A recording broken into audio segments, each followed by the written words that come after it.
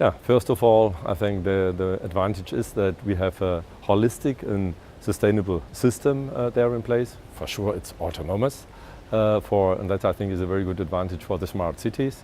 And then we have a system developed where we can use it for different requirements. We can swap the use cases for our URBANETIC system. That means on one hand we can use it as a cargo system, on the other hand we can use it as a people mover.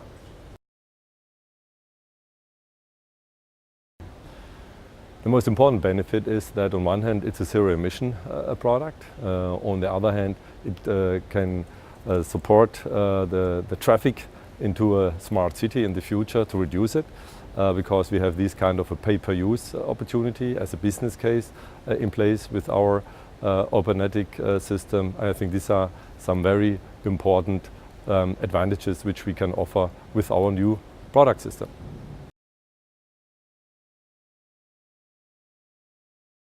On one hand, I think customers which we already have, these are parcel deliverers on the last mile, they can use it. On the other hand, it's for companies who move people from A to B. There are different opportunities. This, from my perspective, are the two most important customers who can really has a good use with our new autonomous URBANETIC.